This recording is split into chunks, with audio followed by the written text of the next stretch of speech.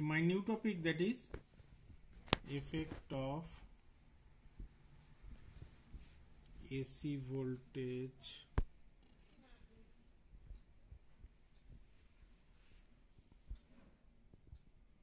in DC link current.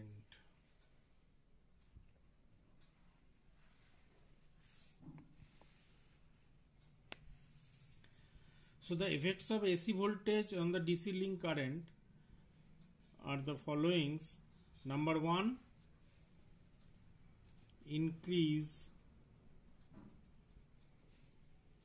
in rectifier and AC voltage. Due to this, current in the link increases, which can be seen in the last class, that is ID equal to VDOR cos alpha minus VDOL cos beta or gamma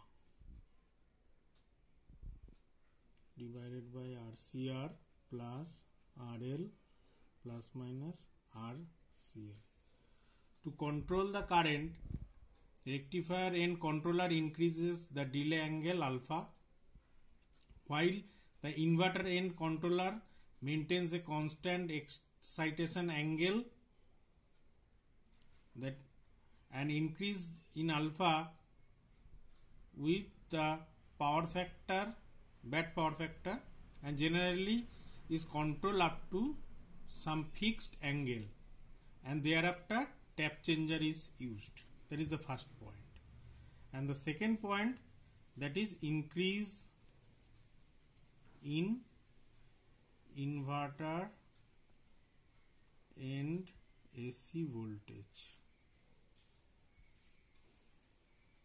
Due to this, the current in the link reduces, and to maintain the constant current in the link, angle alpha is reduced up to alpha minimum, which is required for the complete firing angle of valve thyristor.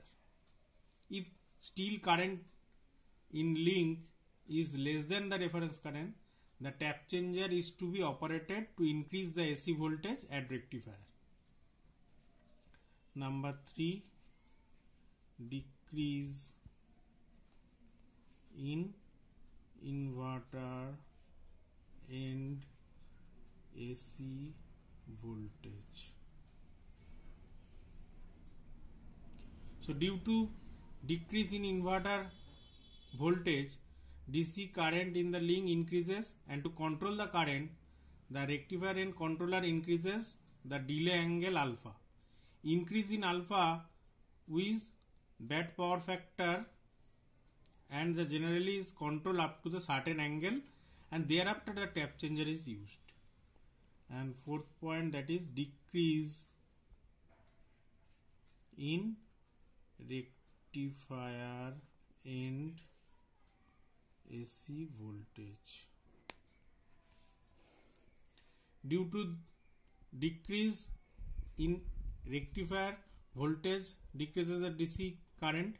To maintain the current, alpha is to decrease, but limited to alpha minimum, and then tap changer is used to increase the current. If further decrease, rectifier characteristics falls below, and the constant excitation angle characteristics will not intersect, and ID will be 0. Thereafter, the inverter is also equipped with constant current controller. So a smooth transition from constant excitation angle to the CC takes place whenever the link current starts falling. To avoid the class of two current controller, the current reference at the inverter end is kept below the current reference at the rectifier end. So the difference between their current setting is called current margin, and it is normally 10% of the rated current of the link. So the power reversal in the link can be obtained without altering the current direction.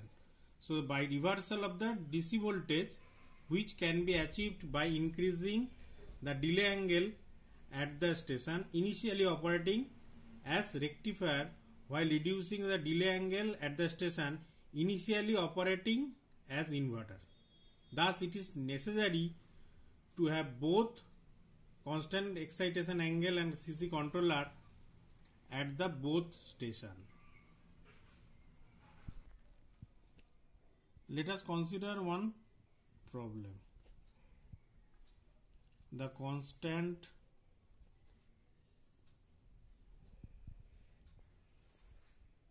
of a three-phase lines are A equal to 0.9 angle of 2 degree and B 0.9 angle of 7 degree ohm per phase.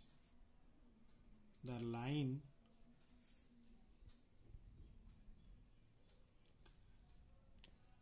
delivers 60 MVA at 132 kV and 0.8 power factor lag. Find the sending end voltage and the maximum receiving end power when Vs and Vr are held constant. If the above line is converted to a DC line, find the receiving end power of the line. That is the problem. So what will be the solution? Solution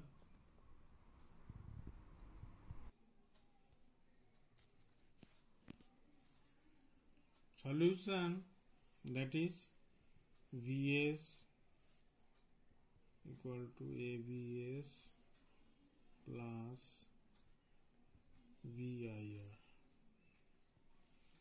So power per phase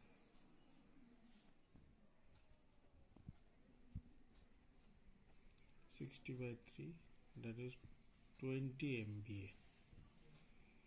So receiving end voltage phase, that is VR, 132 by root 3, that is 76.2 kV, and receiving end current per phase, that is VIR,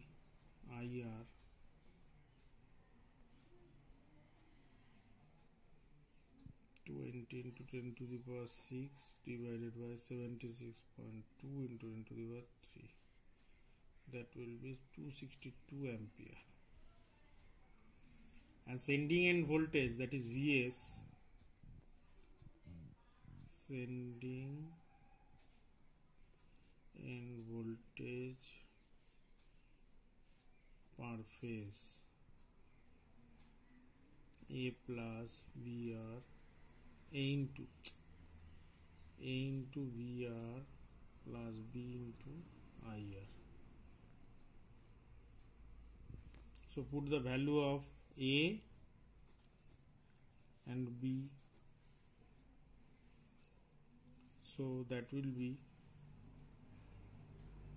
0.99 angle of 2 degree into 76.2 angle of 0 degree plus 140 angle of 70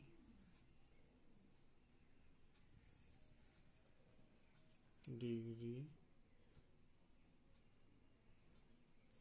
into 262 angle of minus 36 point.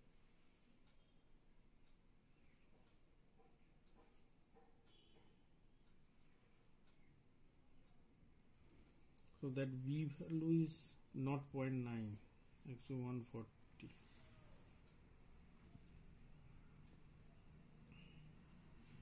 So that will be 99.22 plus J 22.47.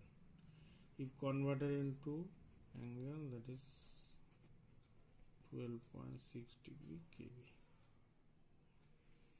So maximum receiving end power per phase, that is PR max, that will be Vs VR by B minus A VR square by B into cos beta minus alpha, where beta value is 78 degree and alpha value is 2 degree, not 70 degree beta value.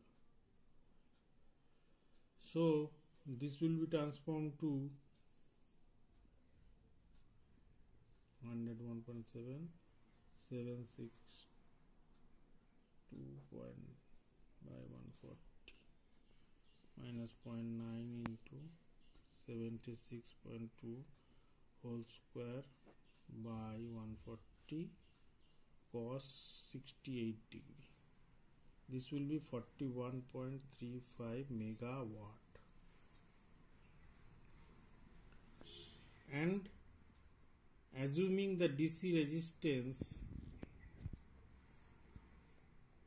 assuming B, there will be Z 140 angle of 70 degree.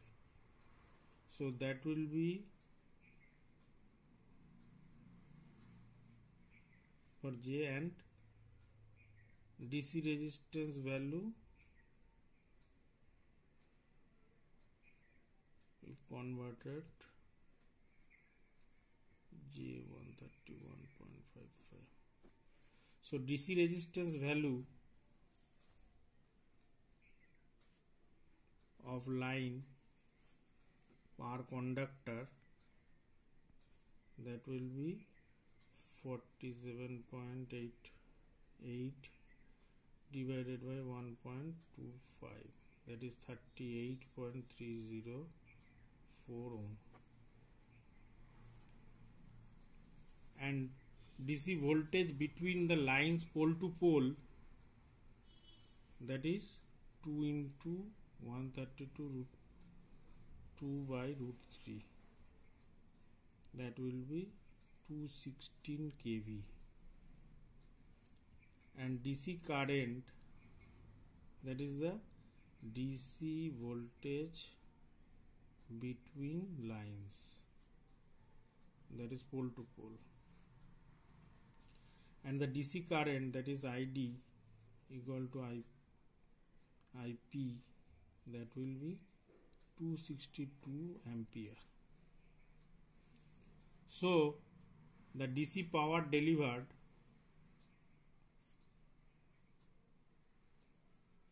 at receiving end, that will be 0.262 into 216 megawatt, that will be 56.70